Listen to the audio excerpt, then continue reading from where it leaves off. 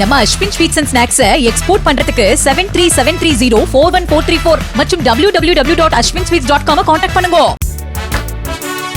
சேலம் மாவட்டம் ஆத்தூர் ராணிப்பேட்டையில் போதையில்லா தமிழகத்தை உருவாக்க பொதுமக்களுக்கு விழிப்புணர்வு ஏற்படுத்தும் வகையில் மினி மாரத்தான் போட்டி நடைபெற்றது. இதில் 500க்கும் மேற்பட்ட கல்லூரி மற்றும் பள்ளி மாணவ மாணவியர்கள் பங்கேற்று போதையின் தீமைகளை எடுத்துரைக்கும் விழிப்புணர்வு வாசகங்கள் அடங்கிய பதாகைகளை ஏந்திச் சென்றனர்.